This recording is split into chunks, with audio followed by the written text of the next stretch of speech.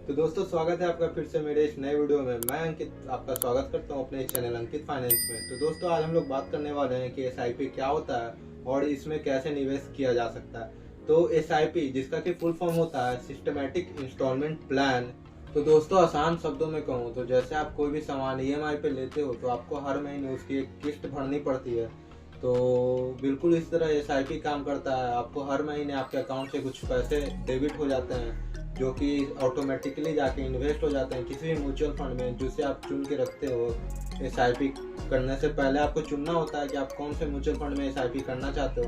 तो हर महीने वो ऑटोमेटिकली आपके अकाउंट से कट के, जैसे कि आपका ईएमआई हर महीने कटता है उसी तरह से, तो आप इसे इन्वेस्टमेंट का ईएमआई भी कर सकते हो। वो ईएमआई जो जाके आपके फ्यूचर के लिए सेव हो रहा है, फ्यूचर के लिए इन्वेस्ट हो रहा है और आपको इन फ्यूचर बहुत बढ़िया रिटर्न देगा। तो ये बढ़िया वाला ईएमआई है। इस ईएमआई से आपको डरने की जरूरत नहीं है, बिंदास इन्वेस्ट करना चाहिए।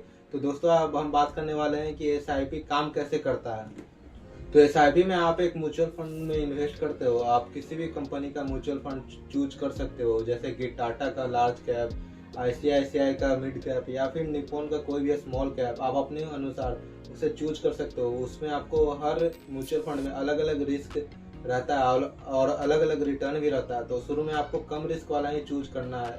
तो आपको कम रिस्क के लिए सबसे पहले लार्ज कैप को ही चुनना चाहिए क्योंकि वो आपको स्टेबल रिटर्न देगा। तो अगर आप जानना चाहते हो कि म्यूचुअल फंड कैसे सिलेक्ट करें, कौन सा म्यूचुअल फंड आपके लिए बेहतर रहेगा, तो आप कमेंट सेक्शन में कमेंट कर सकते हो। मैं उसके लिए आपके लिए अलग वीडियो बना दूंगा कि आपको कौन से म्यूचुअल फंड चुनना चाहिए और किस म्यूचुअल फंड में आपको कितना रिस्क और कितना रिवॉर्ड मिल सकता है, कौन सा म्यूचुअल फंड आपको लॉन्ग टर्म के लिए अच्छा रहेगा और कौन सा आपको शॉर्ट टर्म के लिए अच्छा रहेगा, कौन सा आपको शॉर्ट टर्म में ज़्यादा गेन दे सकता है। तो वो बहुत सारे अलग अलग तरह के म्यूचुअल फंड होते हैं। तो आप कमेंट में बताइएगा आपको जो भी आपको अगर अलग अलग म्यूचुअल फंड के बारे में जानना होगा। तो फिलहाल म्यूचुअल फंड को ऐसा कॉन्सेप्ट लेके हम लोग बात कर रहे हैं, तो आगे बढ़ते हैं।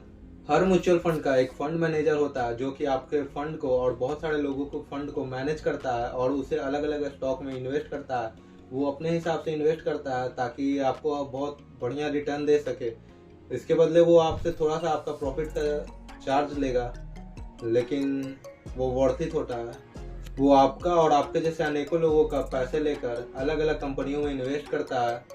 तो एग्जांपल के लिए आप ऐसे समझ सकते हो कि आप किसी म्यूचुअल फंड में 500 रुपीज़ पर मंथ इन्वेस्ट कर रहे हो। तो आप अकेले नहीं हो, आपके जैसे बहुत सारे लोग इन्वेस्ट कर रहे हैं। तो मान लीजिए 500 रुपीज़ हर महीने 1 लाख लोग उसी म्यूचुअल फंड में इन्वेस्ट कर रहे हैं। तो 500 इंटू 1 लाख टोटल 5 करोड़ हो जाता है। तो हर महीने 5 करोड़ उस म्यूचुअल फंड में लग रहे हैं जो कि उस म्यूचुअल फंड का फंड मैनेजर अलग अलग कंपनियों में निवेश करता है।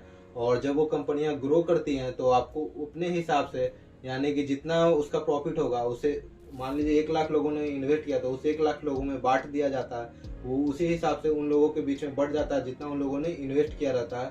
तो इसी तरह से म्यूचुअल फंड वर्क करता है। तो मैं आशा करता हूँ कि आपको समझ में आ गया होगा कि म्यूचुअल फंड कैसे काम करता है। और अगर आपका कोई भी डाउट हो तो आप नीचे कमेंट कर सकते हैं, मैं उसको जल्दी से जल्दी सॉल्व करूंगा और उस पर हो सके तो वीडियो बना के आपको दूंगा।